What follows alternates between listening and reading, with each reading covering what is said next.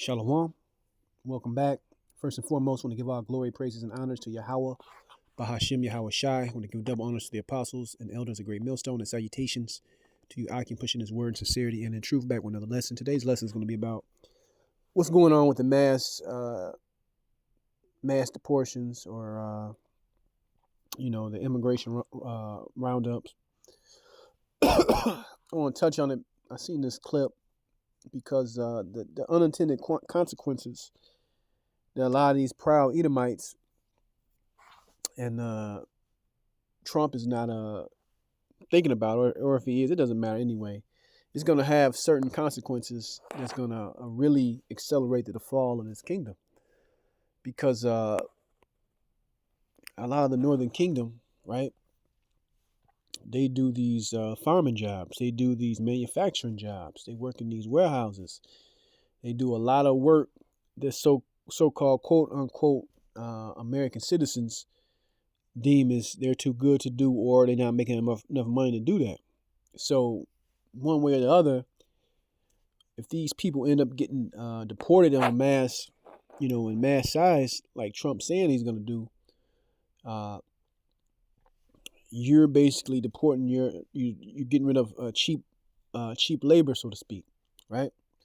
And because you're getting rid of cheap labor, you're going to have to hire people to do it at a higher cost, or people aren't going to do it, and those businesses are going to shut down, and you're going to have fewer people doing whatever business. So whether it's going to be food, supplies, manufacturing, it's going to create even more inflation. Even more inflation. All right. I'm going to play this report, and that's going to be it. Because let me read this real quick. Jeremiah 51:9. You would have healed Babylon, but she is not healed. Forsake her, and let us go everyone into his own country, for her judgment reacheth unto heaven, and reaches onto heaven, and lifted up even to the skies. So right now, he's sending planes attempting to deport people, but you're gonna have people wanting to leave willingly when these industries fall apart. So let's get into it.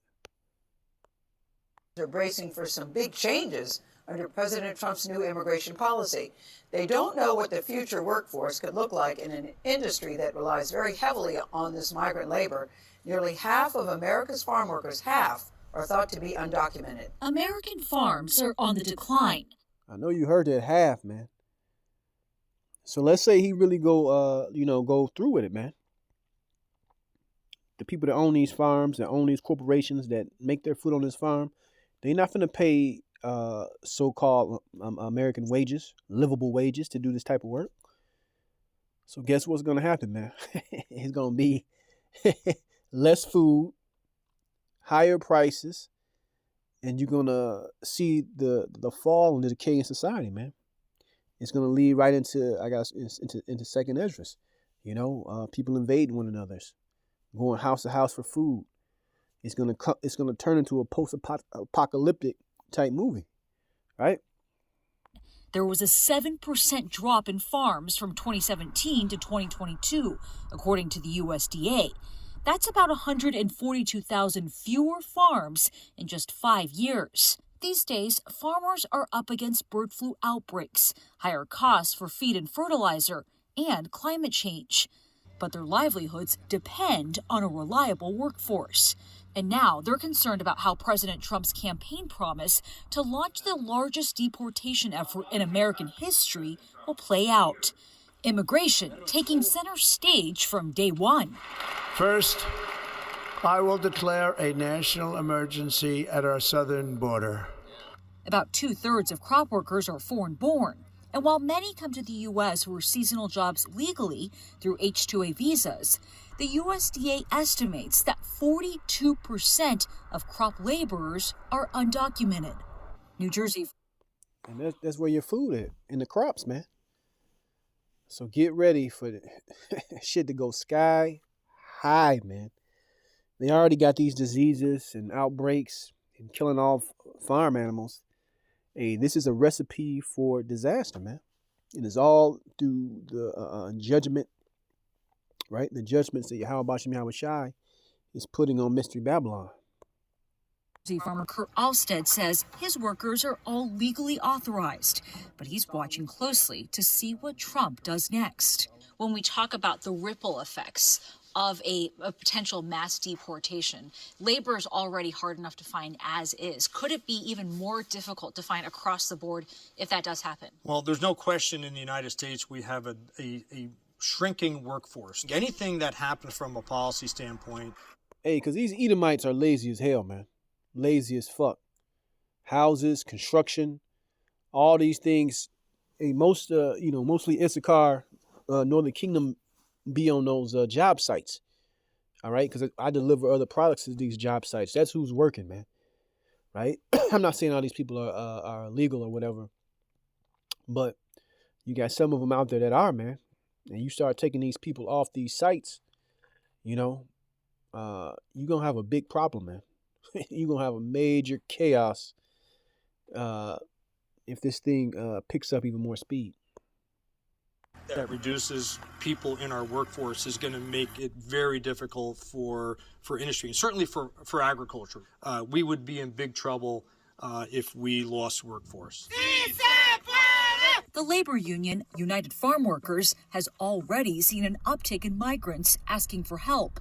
The threats are scary, but at the same time, farm workers more than anyone understand the reality that without them, this work is not going to get done. And fewer workers could mean less homegrown produce, according to University of Montana economist Diane Charlton. But there will be less domestically grown fruits and vegetables. Does that mean more farms could go belly up? Definitely. Nate Chittenden, a third-generation New York dairy farmer, says his industry needs change. We all want safe, affordable food in this country. We all realize that people that work hard deserve a chance to improve their lives. We have to figure out what we can do to make that happen without breaking the system. Hey, but the system is already done. All right? So let's grab these scriptures. From there, we're going to grab Isaiah chapter 19, verse 14. The Lord have mingled a perverse spirit in the midst thereof, and they have caused Egypt to err in every work thereof. As a drunken man staggereth in his vomit. Right? Trump is not going to be the cure-all. He ain't the savior. He's not going to fix this place. He's going to speed up the destruction of this place and bring in that new system, man. All right? That's why he's in place. All right? So, like I said, he's going out trying to round the people up, get them out of here. But that's the cheap labor. All right? That's the workforce. Like I said, these Americans ain't working, man. These Edomites are on fucking benefits all day long, driving around, burning gas, not doing a damn thing. All right?